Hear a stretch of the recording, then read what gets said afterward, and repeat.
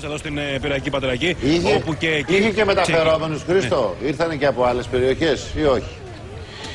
Υπάρχουν πληροφορίες ότι έχουν μεταβεί μέλη της Χρυσής Αυγής από άλλες περιοχές. Βέβαια κάτι τέτοιο δεν επιβεβαιώνεται από την αστυνομία. Ωστόσο, αρκετοί θεωρούν που ήταν εδώ στην ώρα των επεισοδίων ότι είχαν έρθει από άλλες περιοχές με πούλμαν. Βέβαια αυτό θα το ερευνήσει η ελληνική αστυνομία. Να πούμε λοιπόν ότι τα επεισόδια ξεκίνησαν περίπου λίγη ώρα πριν τις 8, όταν εδώ βρισκόταν και οι κάτοικοι αλλά και τα μέλη της Χρυσής Αυγής. Μια ομάδα της Χρυσής Αυγής αλλά μαζί με κατοίκους.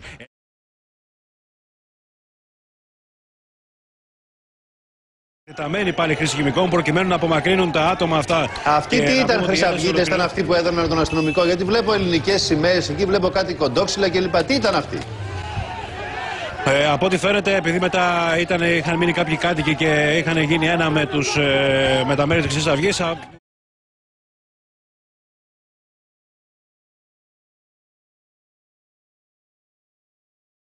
Που έδωναν τον αστυνομικό, γιατί βλέπω ελληνικές σημαίες, εκεί βλέπω κάτι κοντόξυλα κλπ. Τι ήταν αυτοί? Μετανάστες.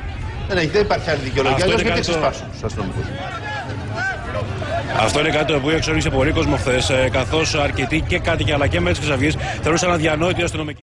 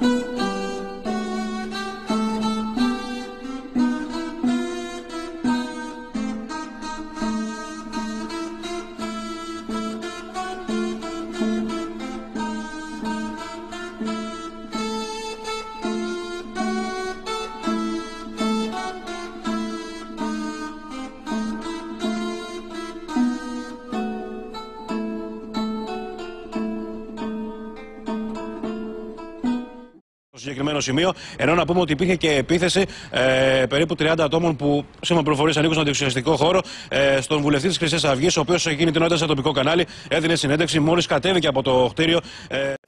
Για δείξτε μας που σας χτύπησαν. Κύριε Αρβανίτη, για δείξτε μας που σας χτύπησαν.